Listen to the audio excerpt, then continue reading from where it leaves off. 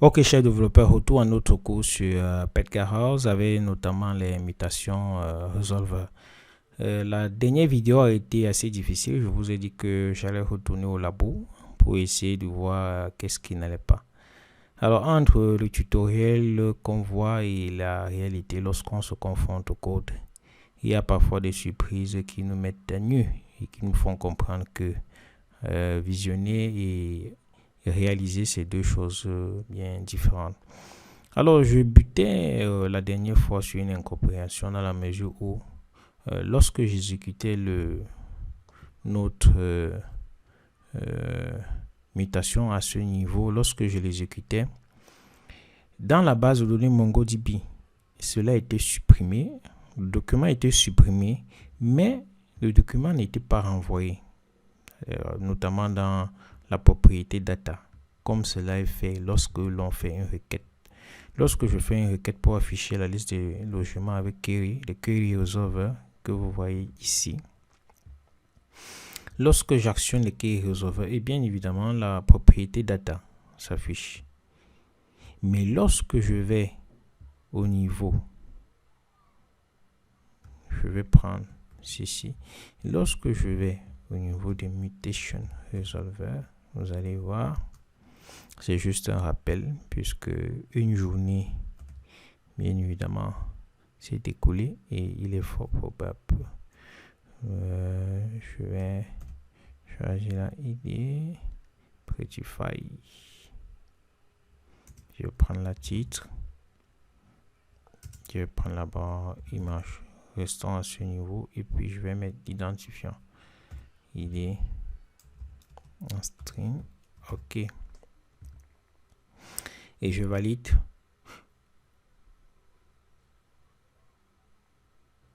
Vous voyez bien qu'il y a une erreur qui est retournée. Ici, on descend plus bas, vous verrez que la propriété data est nulle. Donc, il n'y a aucune donnée qui est renvoyée à la propriété data. Contrairement à la propriété query qui nous renvoie bien évidemment à la propriété.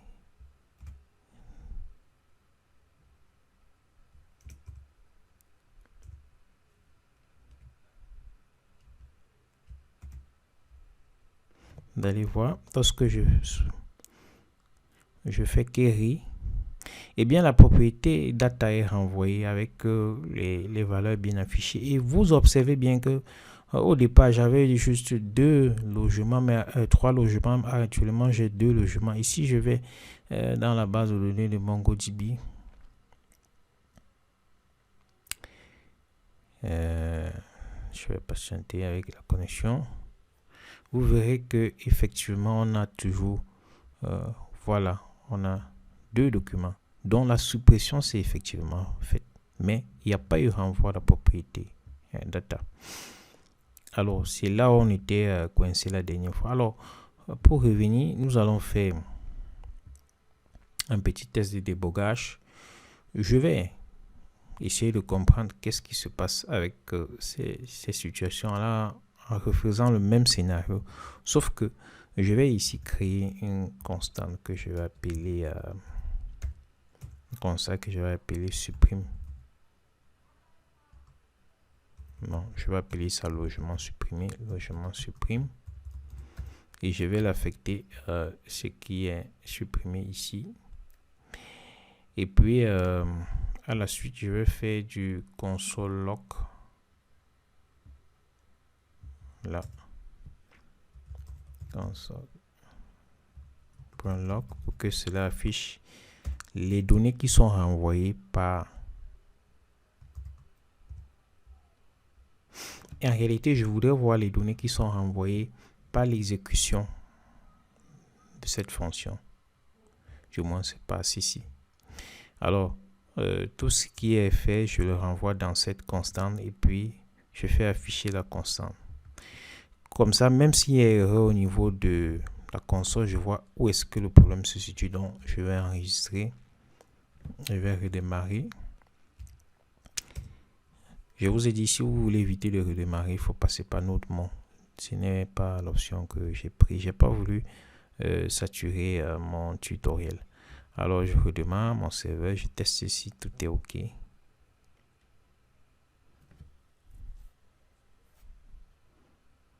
Ça prend le temps que ça prend. OK. C'est OK. Les mêmes données sont affichées. Donc, je vais exécuter mutation. OK. Mutation, supprimer logement et je vais faire pareil.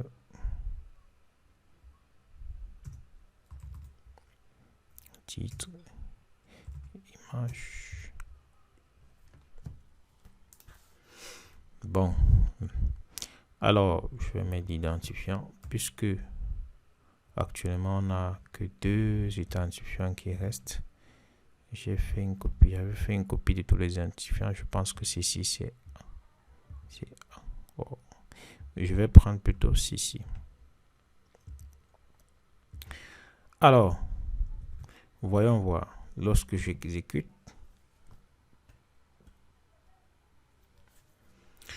la même erreur m'est renvoyée. La propriété data est toujours affichée sur la valeur null.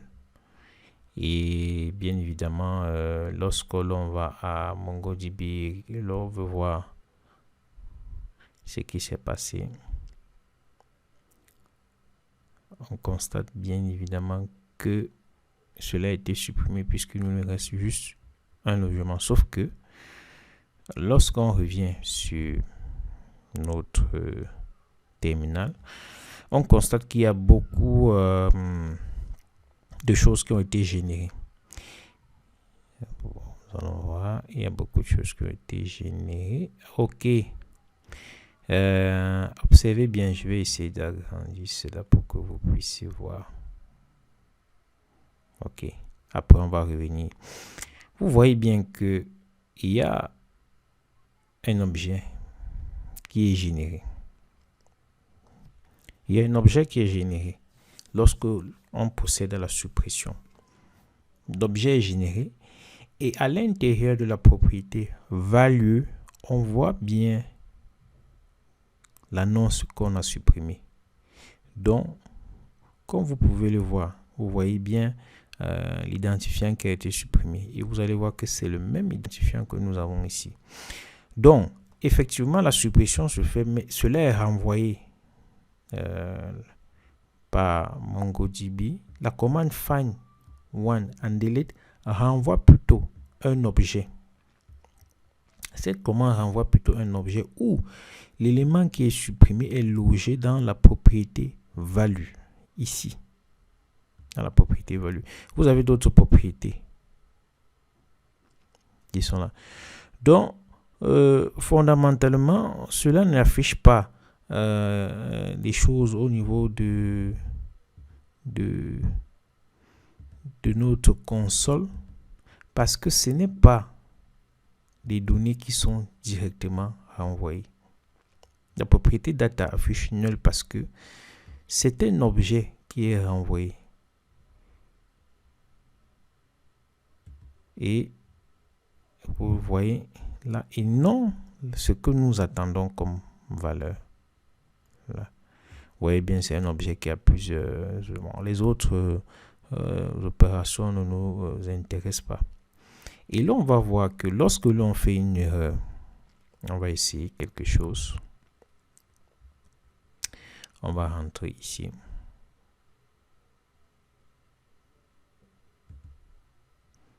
Donc, je n'ai pas envie de... Je vais essayer, par exemple, de faire une erreur, de mettre plutôt 7 ici pour voir ce que ça va donner.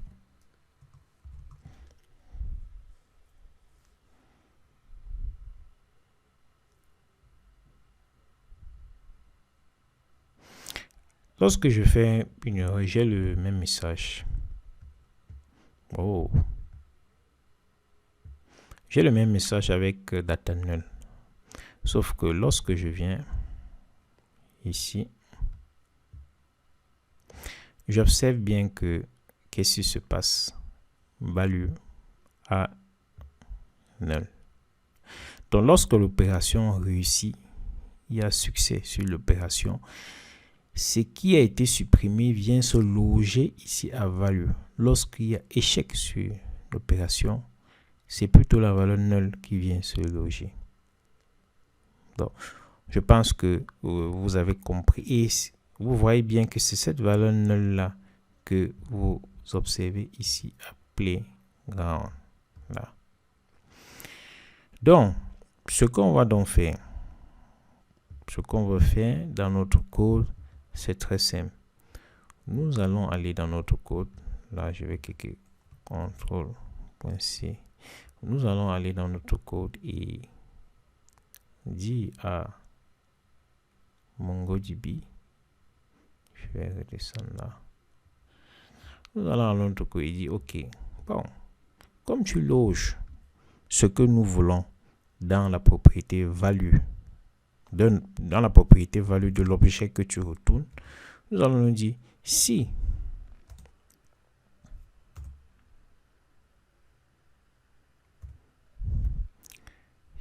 nous allons appeler ça log supprimé.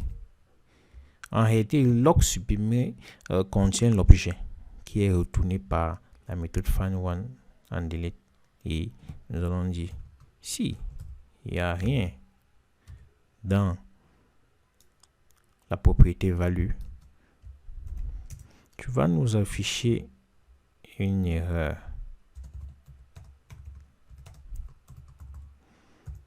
Tu vas nous afficher une erreur. Tu vas nous dire cette annonce n'a pas été supprimée.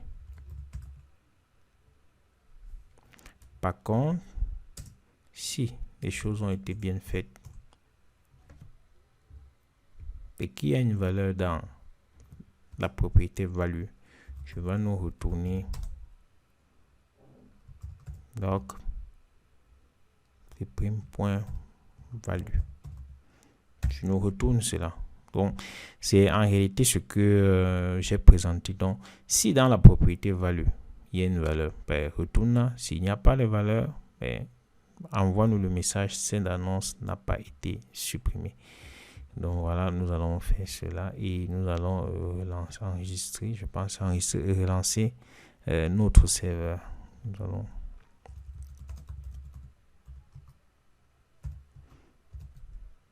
Et voici les choses sont correctes cette fois-ci. Donc nous allons aller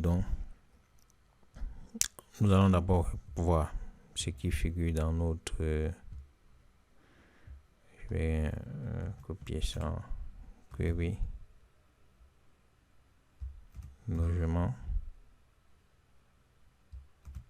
idée. Nous allons cliquer et regarder ce qui figure dans notre OK, nous n'avons actuellement qu'un seul logement et c'est ce logement que nous allons supprimer. Donc nous allons donc afficher et je vais prendre, puisqu'on a déjà utilisé ici, je vais prendre le dernier.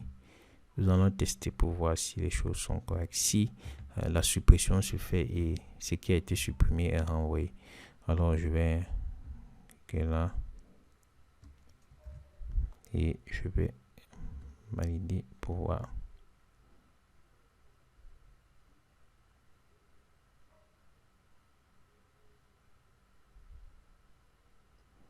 Allons patienter et voir ce que ça va nous donner.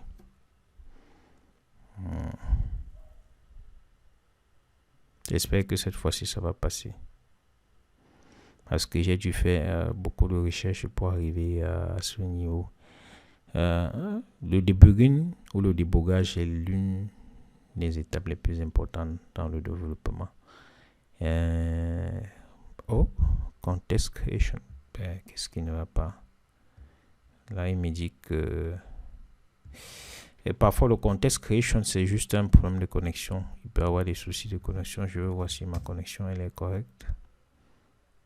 Voilà, il n'y a pas de souci. Bon, je vais essayer de voir si l'opération est exécutée. Ça va me rendre la vie difficile parce qu'il va falloir créer les données dans la base de données MongoDB.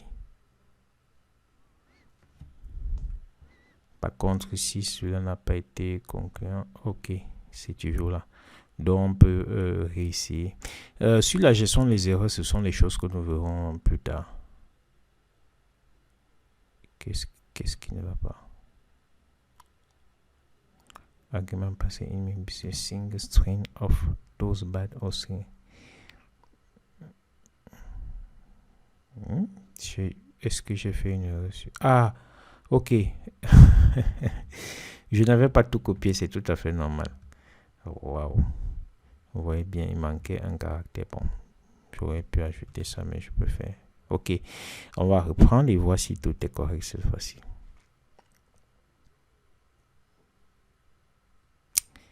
Un tic-tac, tic-tac, tic-tac, tic-tac, tic-tac, tic-tac. J'espère que ça... patiente, mais quand ça prend du temps comme ça, là, c'est... ça sent pas bon, ça. Ok, magnifique.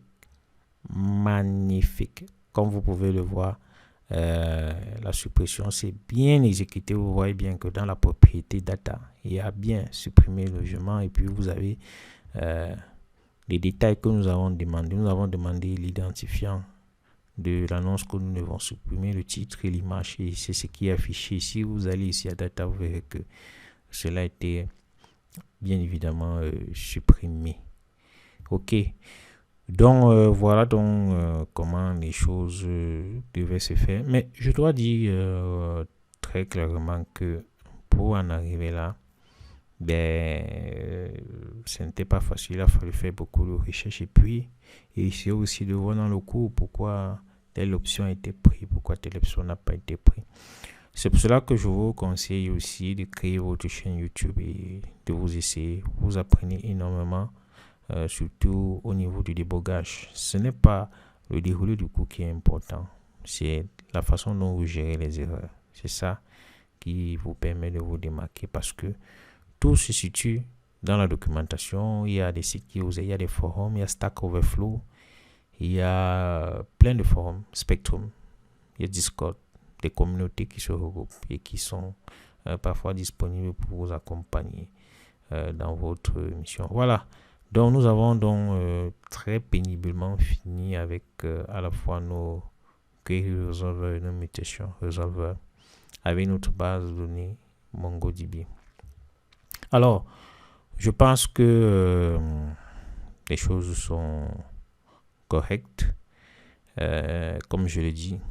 Et pour aborder ce point, je reviens dans la vidéo suivante. La vidéo actuelle était juste pour résoudre le problème rencontré avec les mutation resolver. On se retrouve tout de suite pour faire un récap de tout ça. À tout de suite.